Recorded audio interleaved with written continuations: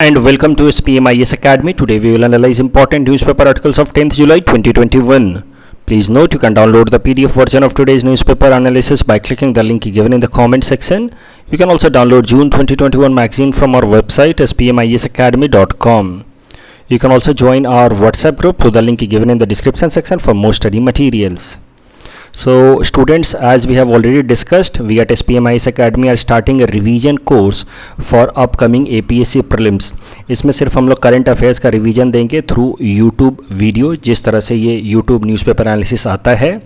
और जो भी स्टूडेंट्स इंटरेस्टेड हैं इससे रिलेटेड MCQ सॉल्व करने के लिए they will have to register with us. तो ध्यान रहे, यूट्यूब पे वीडियोस फ्रीली अवेलेबल होंगे ओपन सोर्स पे, लेकिन इस यूट्यूब वीडियोस के बेसिस पे हम आपको कुछ करंट अफेयर्स और कुछ स्टैटिक क्वेश्चंस आपको प्रैक्टिस के लिए देंगे on daily basis in form of MCQs। And if you want to attempt those questions you will have to register with us by paying ₹99. You can make payment directly by moving or logging into our SPMIS app.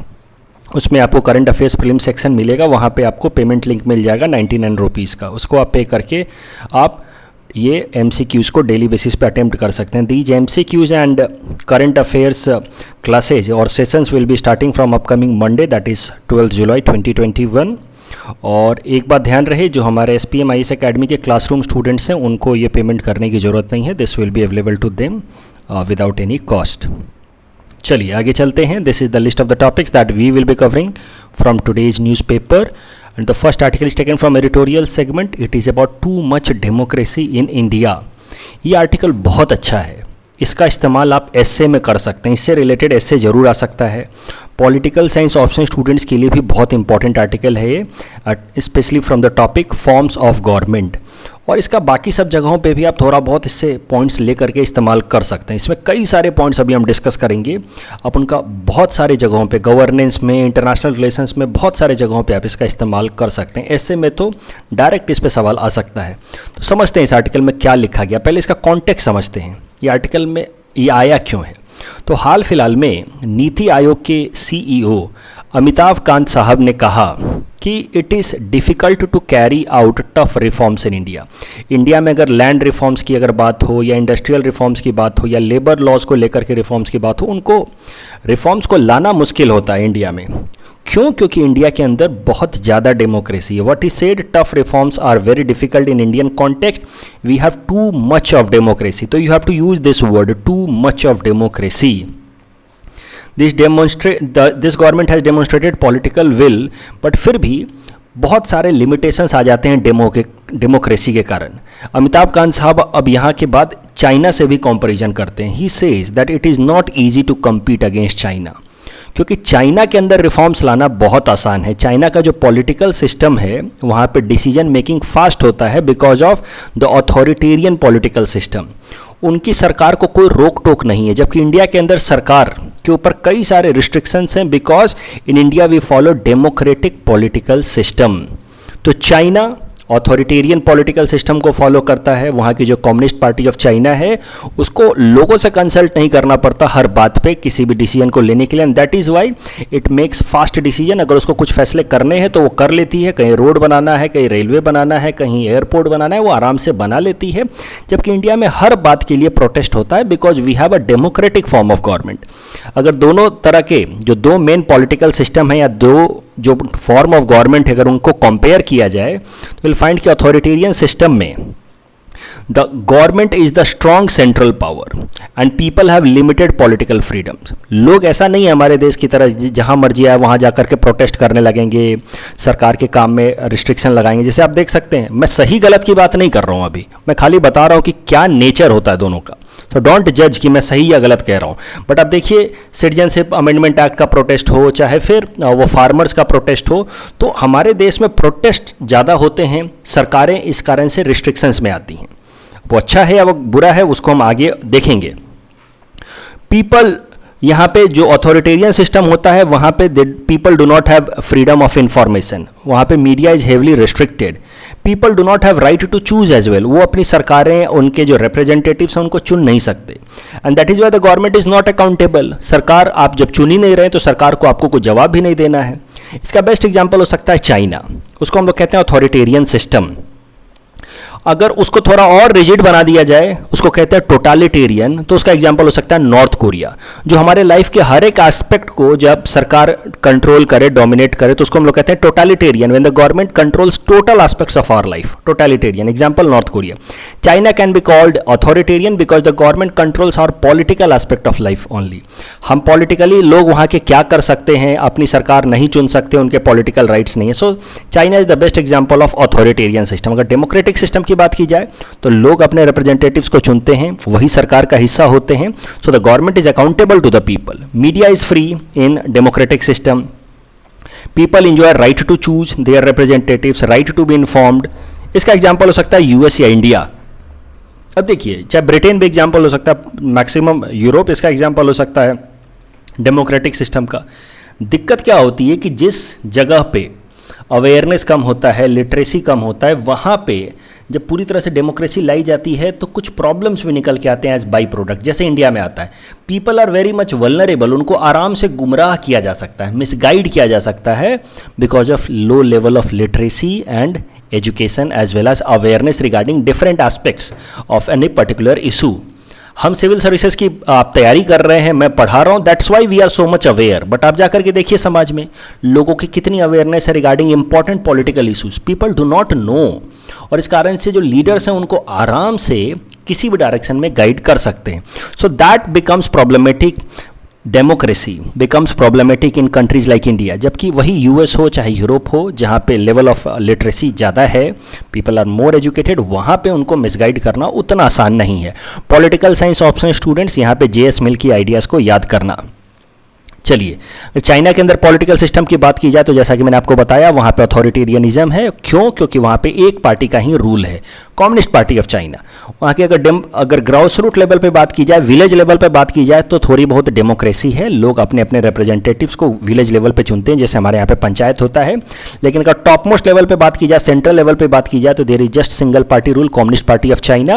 और इस party ना कोई election कराती है, ना कोई लोगों से वोट लेती है। इस पार्टी के अंदर अलग अलग लेवल के ऑफिसर्स हैं, जैसे जैसे वो प्रमोशन होता जाता है वो अंत में हाईएस्ट लेवल पे प्रेसिडेंट बन जाते हैं। तो समझ लीजिए कि कोई जैसे एक कंपनी होती है, उसके अंदर सीईओ होता है और वो टॉप मोस्ट डिसीजन मेकर होता है, एग्जीक्यूटिव डिसीजन मेकर होता है। इसी तरीके से कम्युनिस्ट पार्टी ऑफ चाइना है, एक कंपनी है, और उसका जो टॉप मोस्ट लीडर है वही उनका प्रेसिडेंट भी है। तो communist party of China is ruling China, and the leaders of the Communist Party of China are not directly accountable to the people of China, and neither they are elected by the people of China. अब authoritarian system के कुछ फायदे भी हो सकते हैं, जैसे China के अंदर कुछ फायदे आप देख सकते हैं। ऑथोरिटेरियन सिस्टम में कैसा होता है कि डिसीजन मेकिंग काफ़ी फास्ट हो जाता है और इम्प्लीमेंटेशन भी काफ़ी फास्ट हो जाता है। जैसा कि मैंने आपको बताया, अगर कहीं रोड बनाना है, अब हमारे यहाँ पे कैसा है, रोड बनाने का फैसला लिया सरकार ने, लोग प्रोटेस्ट करने पे उतर आएंगे, क्योंकि वहाँ के लोकल लीडर्स उनको वेस्टेड इंटरेस्ट से चढ़ा देते हैं कि नहीं नहीं यहाँ पे रोड बनेगा तो तुम्हें नुकसान होगा। सही गलत बहुत केसेज में सही भी होता है, उनको कन्विंस करते हैं सही तरीके से अपने फॉरेस्ट को प्रोटेक्ट करने के लिए। बहुत सारे केसेज में लोगों को गलत तरीके से मिसगाइड भी किया जाता है, लेकिन चाइना में ऐसा नहीं हो सकता। Once the top most party और the top most leadership has taken a decision, that decision will be implemented in a fast manner. उसके अलावा जो अथॉरिटेरियन सिस्टम होती है उसमें समझ लो कि एक तरह से अकाउंटेबिलिटी भी बन जाती है। आप समझो क्या मैं कह रहा हूं। आंसरेबिलिटी और अकाउंटेबिलिटी दो अलग अलग चीजें हैं।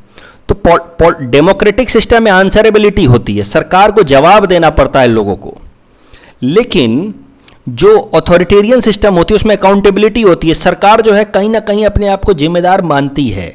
देखो कैसा है, मैं इस एग्जाम्पल को दे करके समझा रहा हूँ, ये काफ़ी सटल पॉइंट है। एक तरफ आपको लगेगा कि सर एक तरफ आप कह रहे हैं कि डेमोक्रेसी में अकाउंटेबिलिटी और दूसरे तरफ आप कह रहे हैं कि अथॉरिटेरियन में अकाउंटेबिलिटी है। तो इसको समझिए जरा ध्यान से।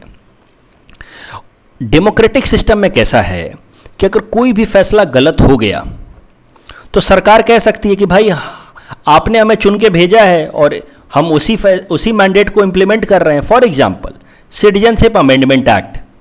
अब सिटीजनशिप अमेंडमेंट एक्ट पे सरकार तो यही कह रही है ना कि भाई आपने हमें चुन के भेजा है और हमारे तो मैनिफेस्टो में लिखा था कि हम अगर जीत के आएंगे तो सिटीजनशिप अमेंडमेंट एक्ट लेकर के आएंगे, अयोध्या मंदिर बनाएंगे, हम आर्टिकल 370 को डी ऑपरेशनलाइज करेंगे। So that was written in the manifesto. So now the people should not question it. once we have been voted into power, that means majority supports us. So that is how जब सरकार एक बार चुन के आ जाती है democracy में, तो सरकार पूरा का पूरा ब्लेम, अगर कुछ गलत हो जाता है तो पूरा का पूरा ब्लेम आम जनता पे डाल सकती है. फॉर एग्जांपल ब्रेक्सिट देख लीजिए, यूके यूरोपियन यूनियन से बाहर निकल आया आज a result of A referendum, जहां पे सब लोगों ने वोट किया 2016 में और फैसला लिया गया कि ठीक है UK will pull out of European Union. अब अगर इसके निगेटिव आउटकम्स आते हैं, इकोनॉमिक हो पॉलिटिकल हो, यूके के लिए अगर निगेटिव आउटकम्स आते हैं तो यूके की सरकार क्या कहेगी कि भाई आपने तो फैसला लिया था, लोगों ने तो फैसला लिया था, हम तो खाली इंप्लीमेंट कर रहे हैं.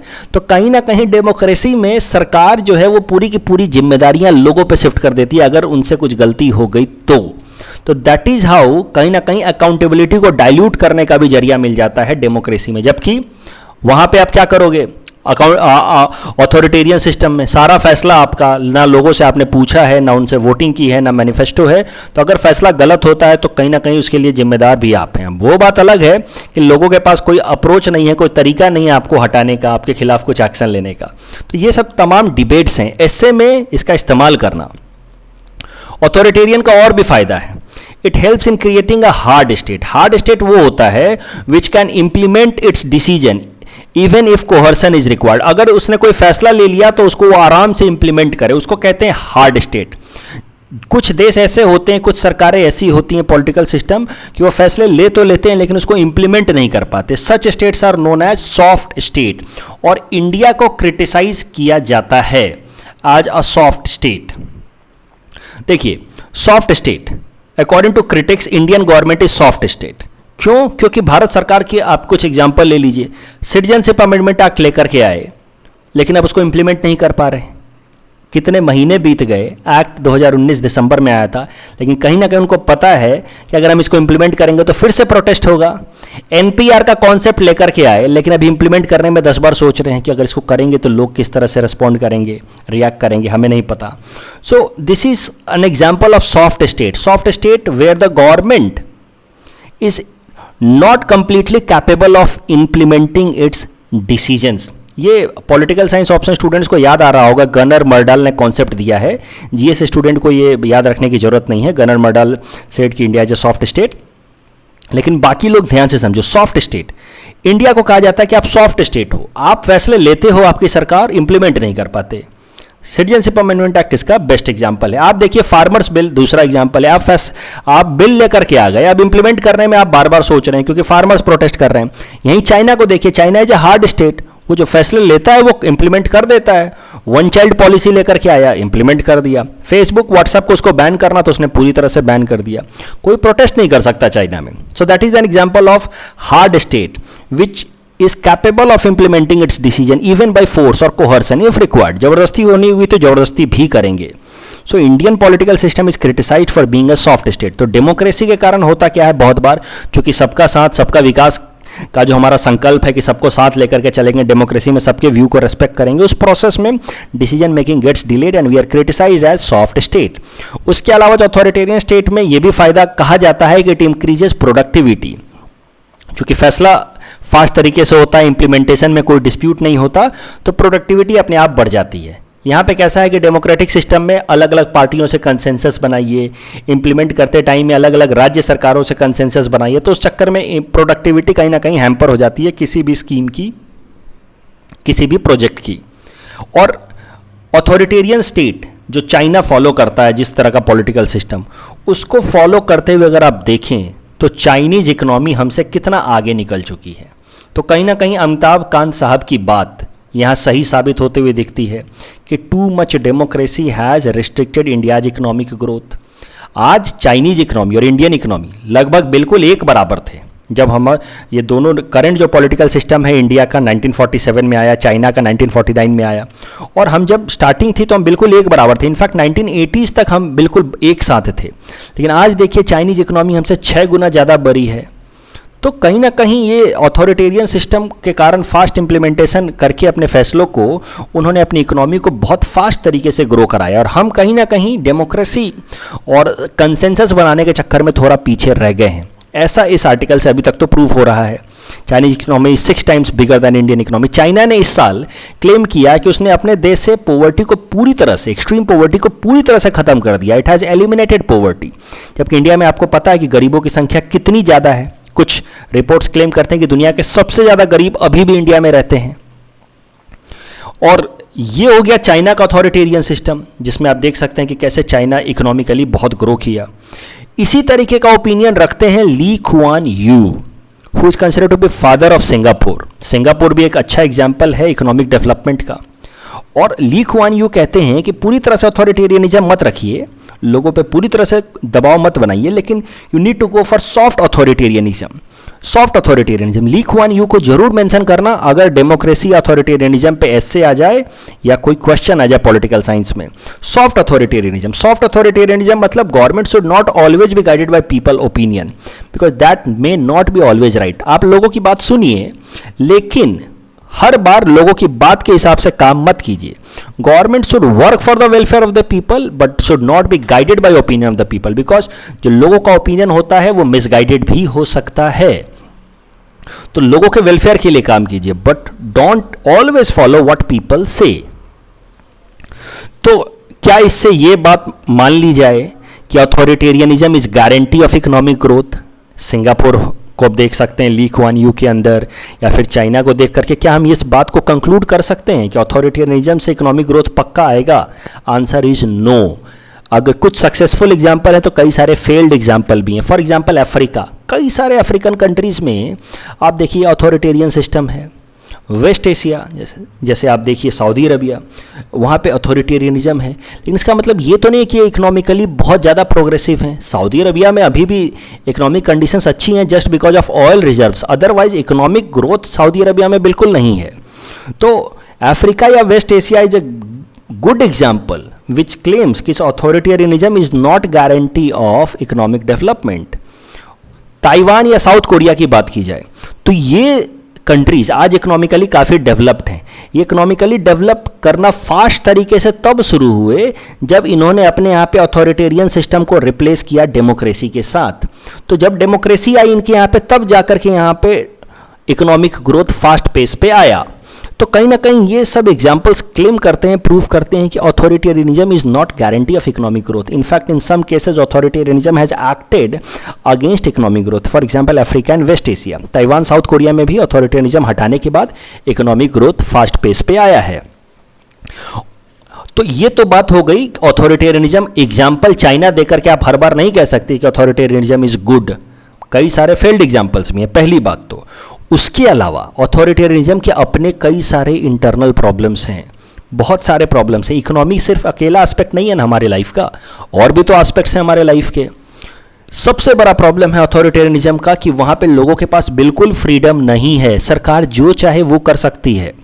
Protest and rebels in the city is suppressed like anything. अगर आप प्रोटेस्ट करते हैं तो सरकार आपके खिलाफ कुछ भी एक्शन ले सकती है, जबकि वहाँ पे प्रोटेस्ट कैसा होता है, वो फिर सरकार जो है वो कोई भी तरह का वायलेंट एक्शन आपके खिलाफ ले सकती है। इसका बेस्ट एग्जांपल है Tiananmen square protest in China. इस एग्जांपल को जरूर कोट करना अगर अथॉरिटेरियनिज्म पे या डेमोक्रेसी पे सवाल आए तो, या ऐसे आए तो। देखिए चाइना के तियानमेन स्क्वायर एक जगह है, पब्लिक प्लेस है, जैसे हमारे इंडिया का आप रामलीला मैदान कह लीजिए। वहाँ पे लोग प्रोटेस्ट कर रहे थे 1989 में, लगभग 25,000 स्टूडेंट्स ऐसा माना जाता है प्रोटेस्ट कर रहे थे। They wanted a democratic form of government, they were protesting against communist party rule in China. वो कह रहे थे कि नहीं, हमें भी थोड़ी डेमोक्रेसी चाहिए। माना जाता है कि Chinese communist party of China की जो आर्मी है PLA, पीपल्स लिबरेशन आर्मी, उसने टैंकर्स चलवा दिए इन 25,000 स्टूडेंट्स पे। रातों रात इन 25 के 25,000 स्टूडेंट्स को मार दिया गया और एक फ़ोटो बाहर नहीं आई इंटरनेशनल मीडिया में। तो दैट इज, ये माना जाता है क्योंकि कुछ इन्फॉर्मेशन आया ही नहीं बाहर। तियानमेन स्क्वायर प्रोटेस्ट एक दिन में रातों रात खत्म कैसे हो गया, ये किसी को समझ ही नहीं आया। एक भी फोटो बाहर नहीं आई। People were killed like slaughtered, butchered. तो आप समझिए कि ये है प्रॉब्लम। दिस इज नॉट, कहीं ना कहीं एक लेवल के इकोनॉमिक डेवलपमेंट के बाद लोगों को लगता है कहीं ना कहीं थोड़ी सी फ्रीडम भी होनी चाहिए, वो अपने हिसाब से घूम सकें, अपने हिसाब से डिसीजंस ले सकें। सरकार वहाँ पे हर मामले में टांग अड़ा देती है। तो कहीं ना कहीं फिर जब लोग प्रोटेस्ट करते हैं तो you see sometimes events like Tiananmen square happens. तो अथॉरिटेरियनिज्म का example, successful example economic sense में तो है, फेल्ड एग्जाम्पल्स भी हैं, लेकिन अथॉरिटेरियनिज्म में हर जगह जहां भी अथॉरिटेरियनिज्म है वहां पे आप देख सकते हैं कहीं ना कहीं लोगों का सप्रेशन, उनका एक्सप्लॉयटेशन तो जरूर है। और यही कारण है कि जो डेमोक्रेटिक फॉर्म ऑफ गवर्नमेंट के सपोर्टर्स हैं, जैसे इंडिया में तो आपको सब लोग डेमोक्रेसी के ही सपोर्टर मिलेंगे, हमारा कॉन्स्टिट्यूशन ही डेमोक्रेसी के फेवर में था। उसके बाद जो भी ज़्यादातर जो हमारे एक्सपर्ट्स हैं they are in favour of democracy. Even Amitabh Kant साहब की बात से ये मतलब मत निकाल लेना कि अमिताभ कांत साहब ये कह रहे हैं कि हमें चाइना फॉर्म ऑफ गवर्नमेंट अपना लेने की जरूरत है, ऐसा मत लिख देना एग्जाम में। He simply use that word, that does not mean that he is saying that we need to have authoritarian form of government like China. India के अंदर सपोर्टर्स की अगर बात की जाए, इंडियन डेमोक्रेसी के सपोर्टर्स की बात की जाए, तो सबसे आगे आते हैं अमर्त्य सेन। ही सेज कि डेमोक्रेसी में slow down the decision making process but it makes the country strong in long run. कैसा होता है कि कोई भी फैसला कंसेंसस से होता है ना, बातों को समझा बुझा करके होता है, जैसे सिटीजनशिप अमेंडमेंट एक्ट, चलिए ठीक है लेट हो रहा है लेकिन सरकार कुछ बात समझाएगी, लोग समझेंगे, मिलजुल करके जो आखिरी फैसला होगा उस कारण से कैसा है कि एक स्ट्रांग कंट्री बनेगा। प्रोसेस डिले जरूर होता है लेकिन कंट्री में कंसेंसस बना होता है। इंडिया बेस्ट एग्जांपल है, हमने डेमोक्रेसी को अडेयर किया है, that is why we are united today till today as a country, as one united nation. क्योंकि हर जगह के लोगों को ऐसा लगता है कि ठीक है सरकार हमारी बात देर सबेर ही सही लेकिन सुनती जरूर है, इसीलिए people have trust in the political system. Why? Because the government adheres to the democratic system. और कुछ नहीं तो 5 साल में इलेक्शन तो आ ही रहा है, तो people have that right, they feel that power in their hands and that is why it helps in making country strong, keeping it United. Shashi Tharoor साहब इसी बात को थोड़ा दूसरे तरीके से कहते हैं। शशि थरूर साहब के इस कोट को भी इस्तेमाल कर सकते हो। He says Chinese economy is like Porsche car moving at a speed of 200 kilometre per hour but it may crash if it hits a bump. भाई ये काफ़ी फास्ट मूव कर रहे हैं, ठीक है इकोनॉमिकली काफ़ी अच्छा चल रहे हैं पोर्स कार की तरह, लेकिन अगर कहीं कुछ गड़बड़ हुई, कोई प्रोटेस्ट हुआ, कुछ हुआ, तो वहाँ के लोगों के मन में इतना गुस्सा है, अगर कुछ भी इधर उधर हुआ कम्युनिस्ट पार्टी ऑफ चाइना के खिलाफ, तो फिर पूरी देश जो है अलग अलग टुकड़ों में बढ़ जाएगी। लोगों को ज़बरदस्ती बांध करके रखा हुआ है, इट में एक्सप्लोड एनी डे। तो इसी कारण से हमारी स्टेबिलिटी के कारण इंडियन इकोनॉमी भले धीरे चलता है लेकिन स्टेबल के कारण इंडियन इकोनॉमी को कभी कभार एलिफेंट भी कहते हैं, जबकि चाइनीज इकोनॉमी काफ़ी फास्ट चलता है लेकिन थोड़ा अनस्टेबल भी है, इसीलिए चाइनीज इकोनॉमी या पॉलिटिकल सिस्टम को कभी कभार ड्रैगन नाम से भी बुलाया जाता है। तो एक बार ऐसे आ गया था ड्रैगन एंड द एलिफेंट, कई सारे बच्चों को समझ ही नहीं आया कि इसका क्या मतलब है। वहाँ पे आपको इंडिया और चाइना के इकोनॉमिक और पॉलिटिकल सिस्टम को कंपेयर करना था। तो इंडियन एलिफेंट हमारा इकोनॉमी, हमारा पॉलिटी, ये भी धीरे धीरे मूव कर रहा है, ठीक है धीरे चलता है लेकिन चल रहा जरूर है। ऐसा नहीं कि हम रुके हुए हैं, बिल्कुल ऐसा थोड़ी कि हमने इकोनॉमिकली डेवलप नहीं किया खुद को। चाइना बहुत फास्ट चला है, इसका मतलब ये तो नहीं कि हम बिल्कुल नहीं चले। आप देखिए हम भी अच्छा काम कर रहे हैं। India is no longer home to world's most poor. अब ये ब्रूकिंग्स का रिपोर्ट है 2018 का, अब दुनिया में सबसे ज़्यादा गरीब इस रिपोर्ट के हिसाब से इंडिया में नहीं रहते हैं, नाइजीरिया में रहते हैं। तो कहीं ना कहीं तो अब हमने भी इसमें तो कम से कम आगे बढ़े ना। 2018 से पहले दुनिया के सबसे ज़्यादा गरीब हमारे देश में थे, लेकिन धीरे धीरे कहीं ना कहीं हमने गरीबी को कम की है। उससे रिलेटेड भी डाटा, इस डाटा का इस्तेमाल करना आप अपने आंसर राइटिंग में।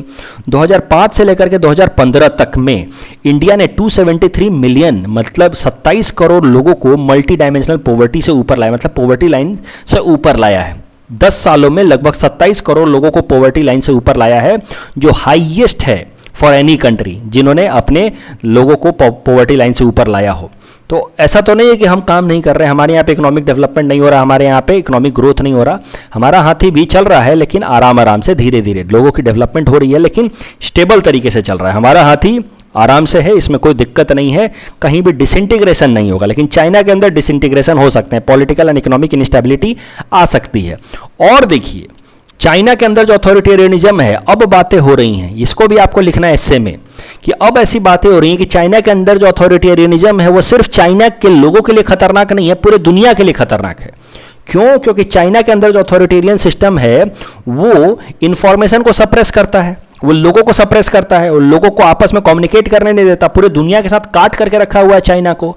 इसीलिए एक्सपर्ट्स कहते हैं कि चाइना हैज़ 2 ग्रेट वॉल्स, एक तो उनका फिजिकल ग्रेट वॉल है, दूसरा उनका आईटी बेस्ड ग्रेट वॉल है, जिसको ग्रेट फायर वॉल भी कहते हैं। कि भाई वो लोग इंफॉर्मेशन बाहर जाने ही नहीं देते हैं, ऑनलाइन इंटरनेट बेसिस पे कुछ भी इंफॉर्मेशन वो इंटरनेट के थ्रू भी बाहर जाने ही नहीं देते हैं। और यही हुआ जिस कारण से कोरोना वायरस एपिडेमिक से पैंडेमिक में कन्वर्ट हो गया। समझिए कैसे। चाइना के अंदर कई सारे डॉक्टर्स, उसमें से एक डॉक्टर का नाम भी है यहाँ पे, ली वेलिंग यांग, इनका नाम याद कर लेना, एग्जाम में काम आएगा। ली वेलिंग यांग ने दिसंबर 2019 में ही कह दिया था कि एपिडेमिक आ चुका है वुहान में, और इसको अगर जल्दी नहीं रोका गया तो पूरे दुनिया भर में पैंडेमिक हो सकता है। चाइनीज सरकार को, अपने स्टूडेंट्स को इन्होंने इनफैक्ट ईमेल लिखा था कि बी अलर्ट। चाइनीज सरकार ने वो मेल पढ़ लिया, इनको पकड़ लिया गया, जेल भेज दिया गया, ठीक है, और इनको चुप करा दिया गया। इस तरह के जो भी वहाँ के एक्सपर्ट्स थे, पैथोलॉजिस्ट थे, उनको ज़बरदस्ती चुप करा दिया गया। चाइनीज सरकार बाहर ये बात जाने ही नहीं देना चाहती थी कि यहाँ पे कुछ गड़बड़ हुआ है, और वो इस बात को दबाना चाहती थी। अगर ये इंफॉर्मेशन उस टाइम में इंटरनेशनल मीडिया में डेमोक्रेटिक तरीके से आ गई होती तो पूरी दुनिया सतर्क हो जाती, लेकिन चाइना ने इस इंफॉर्मेशन को दबाया। चाइना ने तमाम जो सोशल मीडिया प्लेटफॉर्म्स हैं, जैसे फेसबुक, यूट्यूब, व्हाट्सएप, उन सबको बैन कर रखा अपने यहाँ पे। उसके जगह पे अपना वो अल्टरनेटिव चलाते हैं, जैसे वीबो, डाओबिन, ये सब चलाते हैं वो। और इन्होंने इन तमाम इन्फॉर्मेशंस को दबाया, और इस कारण से ये एपिडेमिक पूरे दुनिया भर में फैली और पैंडेमिक में कन्वर्ट हो गई।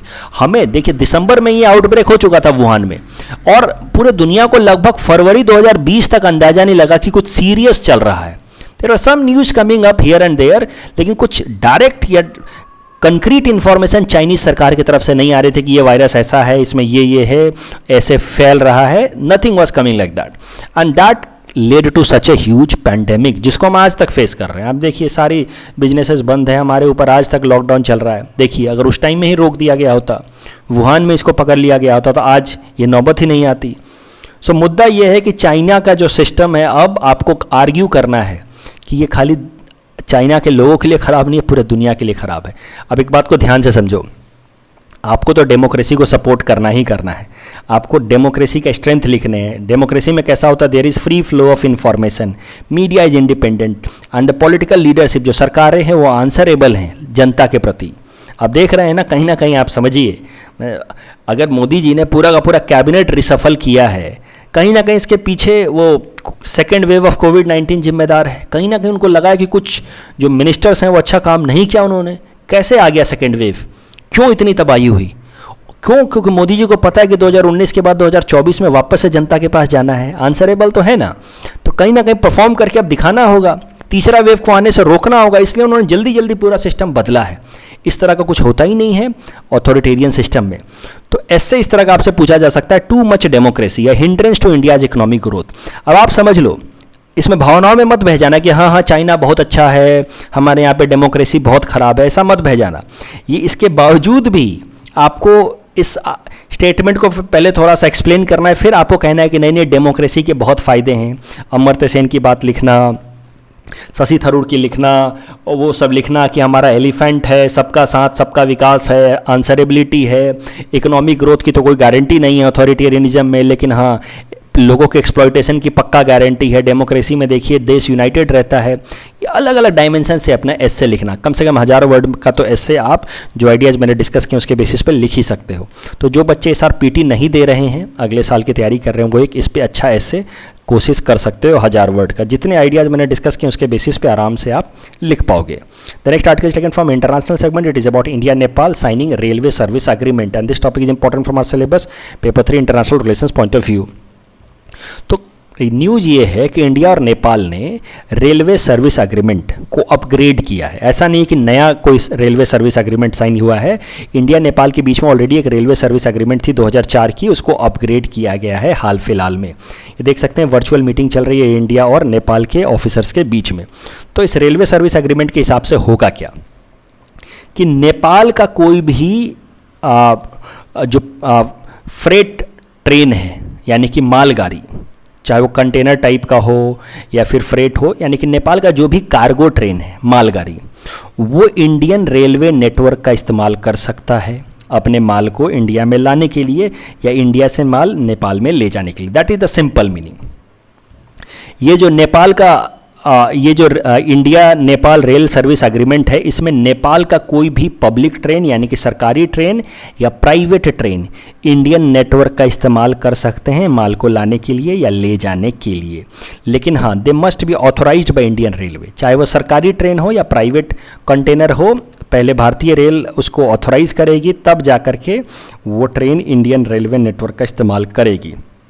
उसके अलावा ये जो नया एग्रीमेंट है India Nepal rail service agreement, इसके हिसाब से ये जो नेपाल के ट्रेन्स हैं वो इंडिया से सामान ले जाने और नेपाल में पहुंचाने का काम कर सकती हैं। उसके अलावा नेपाल से अगर कोई सामान मान लीजिए किसी विदेश के देशों में भेजना है तो उसके लिए भी वो नेपाल से इंडियन रेलवे नेटवर्क का इस्तेमाल कर सकती हैं चीज़ों को एक्सपोर्ट करने के लिए। फॉर एग्जांपल मान लो कि नेपाल से कोई सामान वियतनाम भेजना है तो ये इस एग्रीमेंट के हिसाब से ये नेपाल का माल पहले इस रेल नेटवर्क की मदद से पहुंचेगा कोलकाता पोर्ट और कोलकाता पोर्ट से फिर इस शिप की मदद से इसको एक्सपोर्ट किया जाएगा। तो मुद्दा ये है कि it will carry Nepal's container and others freight to both India also और it may also take to third country from Indian ports.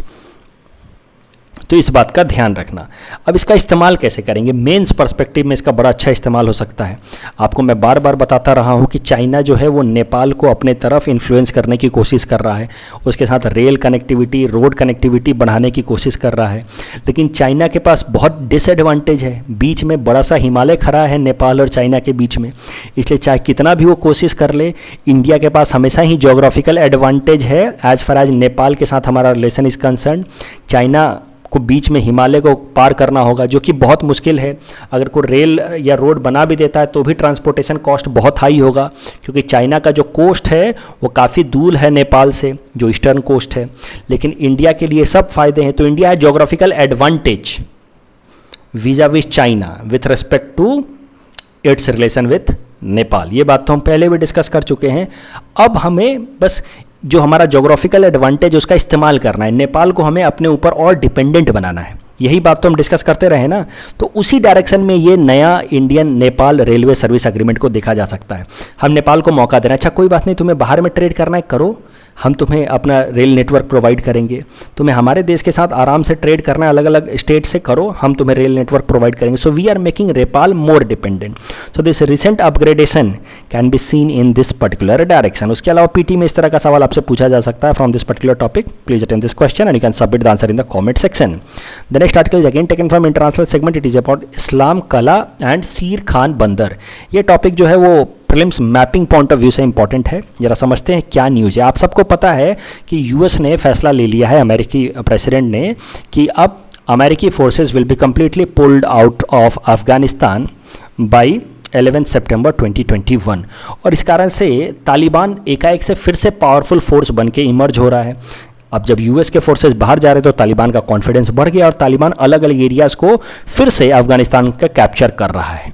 तो फिर से वो 90s वाली कहानी लौट के आ रही है जहाँ पे पूरे अफगानिस्तान के ऊपर तालिबान का राज आ रहा है। इनफैक्ट तालिबान ने तो क्लेम किया है कि उसने 85% टेरिटरी को ऑलरेडी एक्वायर कर लिया है अफगानिस्तान के। अब ये सही है या गलत वो तो इसकी कोई अभी तक क्लैरिटी नहीं है, लेकिन Taliban at least has claimed like this. अभी करंट न्यूज़ क्या है वो ज़रा समझते हैं। तालिबान ने हाल फिलहाल में इस्लाम कला एरिया को कैप्चर कर लिया है। अब इस्लाम कला इंपॉर्टेंट क्यों है, क्योंकि ये अफगानिस्तान और ईरान के बीच का ये एक रीजन है जहाँ से बॉर्डर ट्रेड होता है, बॉर्डर क्रॉसिंग एरिया। जैसे हमारे यहाँ पे कैसे वाघा बॉर्डर है, वैसे ही यहाँ पे ये इस्लाम कला is between Afghanistan and Iran. ये है अफगानिस्तान के अंदर but it allows border trade between Iran and Afghanistan, जिसको अब कैप्चर कर लिया है तालिबान ने। मतलब अब ईरान के साथ अगर कोई ट्रेड होनी है अफगानिस्तान की तो बिना तालिबान के परमिशन की नहीं होगी। तो ये है Islam Qala. It is in Afghanistan, it is on border of Afghanistan Iran and it is a major trade route between Iran and Afghanistan. इसी तरीके से 15-20 दिनों पहले एक सीर खान बंदर एरिया है अफगानिस्तान के अंदर which is a border crossing between Afghanistan and Tajikistan, उसको भी कैप्चर कर लिया था तालिबान ने। इस टॉपिक के बेसिस पे हमने आपको ये प्रैक्टिस क्वेश्चन दे रखा है। Please attend this question, you can submit the answer in the comment section. The next article is taken from national segment. It is about cooperative ministry. This topic is important from our syllabus paper 3 Indian polity point of view. क्या है current news, हम पहले भी discuss कर चुके हैं कि भारत सरकार ने एक नई मिनिस्ट्री बनाई है, यूनियन मिनिस्ट्री ऑफ कोऑपरेशन, और इसको हेड करेंगे हमारे होम मिनिस्टर अमित शाह जी। इसका पर्पस क्या है कि कोऑपरेटिव मूवमेंट को हमारे देश में स्ट्रेंथन किया जाए और कोऑपरेटिव सोसाइटीज़ के लिए ईज ऑफ डूइंग बिजनेस लाया जाए। अब इशूज़ क्या निकल के आ रहे हैं वो जरा समझते हैं। अभी तक तो जो हुआ है वो तो हम देख ही चुके हैं। इशूज़ ये निकल के आ रहे हैं कि कुछ अपोजिशन पार्टीज क्रिटिसाइज कर रही हैं सरकार के इस फैसले को। वो कह रही हैं कि कोऑपरेटिव सोसाइटी तो स्टेट सब्जेक्ट है in the 7th schedule of Indian constitution, तो इस पर फिर यूनियन मिनिस्ट्री बनाने की क्या जरूरत है। This will be against the idea of federalism. तो ये है आर्ग्यूमेंट। लेकिन सरकार का भी काउंटर आर्ग्यूमेंट काफ़ी अच्छा है कि इस हिसाब से तो एग्रीकल्चर भी स्टेट सब्जेक्ट है, तो मिनिस्ट्री ऑफ एग्रीकल्चर भी नहीं होना चाहिए। तो ठीक है, तो अब ये देखिए पॉलिटिकल मैटर है, ऑपोजिशन कुछ कह रहा है, सरकार कुछ कह रही है, लेकिन इसमें जो एक बात पीटी पॉइंट ऑफ व्यू से निकल के आ रही है वो ये है कि द टर्म कोऑपरेटिव सोसाइटीज़ ये स्टेट लिस्ट में है। और चूंकि ये बार बार न्यूज़ में आ रहा है तो मुझे लगता है इस तरह का सवाल आपसे पूछा जा सकता है। In the constitution of India cooperatives come under which of the following schedule. इस क्वेश्चन को अटेम्प्ट कीजिए and you can submit the answer in the comment section. The next article is taken from Assam segment. It is about National Fish Farmers Day. This topic is important from our syllabus paper 6 Assam issues point of view. तो देखिए हर साल 10 जुलाई को national fish farmers day मनाया जाता है in memory of two fish scientist doctor KH Ali Kunhi and doctor HL Chaudhuri. इन लोगों ने क्या किया था 1957 में, इस तारीख को ही एक नई टेक्नोलॉजी दुनिया को बताई थी, इंडिया को बताई थी। उस टेक्नोलॉजी का नाम है हाइपोफाइजेशन। हाइपोफाइजेशन जिसको सरल शब्दों में इंड्यूस्ड ब्रीडिंग भी कहते हैं। तो क्या होता है इंड्यूस्ड ब्रीडिंग या हाइपोफाइजेशन? इन लोगों ने 10 जुलाई 1957 को बताया और इसी कारण से 10 जुलाई को बना दिया गया नेशनल फिश फार्मर्स डे। तो ज़रा समझते हैं क्या होती है हाइपोफाइजेशन। इसमें होता क्या है कि जो फिशेज होती हैं उनके पिट्यूटरी ग्लैंड से कुछ हार्मोन्स निकाले जाते हैं। देखिए ज़्यादातर हार्मोन्स तो हमारे पिट्यूटरी ग्लैंड से ही सेक्रीट होते हैं, तो फिशेज में भी ऐसा होता है कि पिट्यूटरी ग्लैंड से हार्मोन्स निकलते हैं। तो फिशेज के पिट्यूटरी ग्लैंड से हार्मोन्स निकाले जाते हैं, उसमें वो भी हार्मोन्स होते हैं जो उनके रिप्रोडक्टिव फीलिंग को बढ़ाए, सेक्सुअल फीलिंग को बढ़ाए। तो वो वाले हार्मोन्स निकाल करके और बाकी फिशेज में डाल दिए जाते हैं, चाहे मेल हो या फीमेल हो। आपने पॉन्ड में फिशेज रखे हुए हैं तो आप कुछ डोनर फिशेस के पिट्यूटरी ग्लैंड से हार्मोन्स निकाल करके आप मेल और फीमेल के अंदर आप वो हार्मोन्स इंसर्ट कर सकते हैं अंडर दिस टेक्नोलॉजी हाइपोफाइजेशन। उससे होता क्या है कि fishes gets excited and they enter into more and more breeding and that leads to increase in production of more and more fish seeds. That is known as induced breeding और hypophysation, जो इन्होंने develop किया था 10 जुलाई 1957 को। और इसके बाद से 10 जुलाई को बाद में नेशनल फिश फार्मर्स डे की तरह सेलिब्रेट किया जाना शुरू कर दिया गया। ये साल जो है वो 21st national fish farmers day है, यानी कि 2000 से इसको नेशनल फिश फार्मर डे की तरह सेलिब्रेट किया जाना शुरू कर दिया गया। फिशरी सेक्टर की अगर बात की जाए तो India is ranked second in the world fish production. First is China. China producers of about 10 times more fishes in volume as compared to India. 14.5 million people are engaged in fisheries in India and it contributes about 1.04% to India GDP and rupees 35,000 crore per year is earned by fisheries sector by exporting fishes. अगर असम की बात की जाए, ये data important है, APSC में fisheries पे सवाल जरूर आ सकता है, उसमें इंट्रोडक्शन में ये सारे डाटा काम आएंगे, ध्यान से सुनो। Fishery production in Assam is mostly of fresh water fishes. हमारे यहाँ पे मरीन फिशिंग तो होगी नहीं क्योंकि कोई ओशन तो है नहीं, तो फ्रेश वाटर फिशरी होती है हमारे यहाँ पे। Assam produced 373 million kilograms of fishes in 2019-20, तो लगभग इतना हर साल हम फिशेस प्रोड्यूस करते हैं। Jagiroad is world's largest dry fish market. Dry fish में कैसा होता है कि मछलियों को सुखा दिया जाता है, उनके अंदर का पानी हटा दिया जाता है। इससे कैसा होता है कि वो जल्दी खराब नहीं होती, देयर सेल्फ लाइफ इंक्रीजेज, उनमें बैक्टीरियल एक्टिविटीज़ कम हो जाती हैं और उनके अंदर के पानी को रिप्लेस हटा दिया जाता है, सुखा दिया जाता है। जागी रोड में इस तरह की ड्राइंग बहुत होती है, that is consider to be world's largest dry fish market. About 216 fish species in Assam are found, that is about 30% of total Indian fresh water fishes। तो कम से कम इंडिया में जितने भी फ्रेश वाटर फिशेज मिलते हैं उसके 30% तो species हमारे अकेले स्टेट असम में मिलते हैं। In our segment, most probable prelims topics for upcoming UPSC, today we'll cover topic number 416 to 420. Topic number 416 is about important reports by World Bank, so ease of doing business report, world development report, global economic prospect report। तो जो मैंने bold में दिया ये report तो जरूर याद रखना, जो मैंने नहीं किया है बोल्ड उनको आप याद रखो या ना रखो उतना इंपॉर्टेंट नहीं है, लेकिन बोल्ड वाले जरूर याद रखना। Ease of living index report, global financial development report, human capital index report which is part of world development report, all these are published by world bank. जबकि ध्यान देना world economic outlook is published by IMF। Please attempt this question based on this particular topic. 417 is about services import by India. तो ये मैंने economic survey से लिया है, मुझे लगता है ये पूछा जा सकता है। तो अलग अलग तरह की सर्विसेज जो हम इंपोर्ट करते हैं उसमें सबसे ज़्यादा हम अगर कुछ इंपोर्ट करते हैं तो वो है बिजनेस सर्विसेज। देखो ये है लगभग 35-33% बिजनेस सर्विसेज हम इंपोर्ट करते हैं, डिफरेंट टाइप ऑफ सर्विसेज के इंपोर्ट में। Please attempt this question based on this particular topic. Topic number 418 is about apex committee for implementation of Paris agreement. Ministry of environment forest and climate change has constituted this high in inter ministerial body under chairmanship of secretary of ministry of environment forest and climate change, जिसका purpose होगा to generate a coordinated response on climate change matters that ensures India is on track towards meeting the obligations under Paris climate deal, including its INDC commitments. Please attend this question based on this particular topic. Topic number 419 is about the national infrastructure pipeline. So the Prime Minister in his Independence Day speech in 2019 highlighted that about 100 lakh crore will be invested in the infrastructure of India in next 5 years. The project was named National Infrastructure Pipeline. The emphasis should be on improving ease of living index, safe drinking water, access to clean and affordable energy, healthcare for all, modern railway station, airports, बस terminals, etc. इसमें कैसा है, इस 1 लाख, ये total इसमें 102 लाख करोड़ रुपए खर्च किए जाएंगे. उसमें 39% will come from the state government, 39% from the central government and remaining 22% from private sector. So this national infrastructure pipeline will be implemented in PPP mode. Please attend this question based on this particular topic. Topic number 420 is about Singapore Convention on Mediation. It came in force recently and will provide more effective way for enforcing mediated settlement of corporate disputes involving businesses in India and other countries that are signatory to this convention. It is also known as United Nations Conventions on International Settlements resulting from mediation. This is also the first UN treaty to be named after Singapore. Please attend this question based on this particular topic. This is the answer of question number 411 to 415 that we are given in yesterday's newspaper analysis. Today's question can be attempted by students and can submit the answer in the comment section. We will be sharing answer of these questions in tomorrow's newspaper analysis. कल जो हमने practice question दिया था उसका answer देख लेते हैं. Titan is moon of option C Saturn. And which of the following is true about Organization of Islamic Cooperation? It is second largest intergovernmental organization. Absolutely correct. But India has recently joined it as an observer country. This is wrong. So the correct answer is option A, one only. Mission Ramdhenu is regarding vaccination drive for women and children in Assam. So the correct answer is option D. That's all from our side for today. Thanks for watching.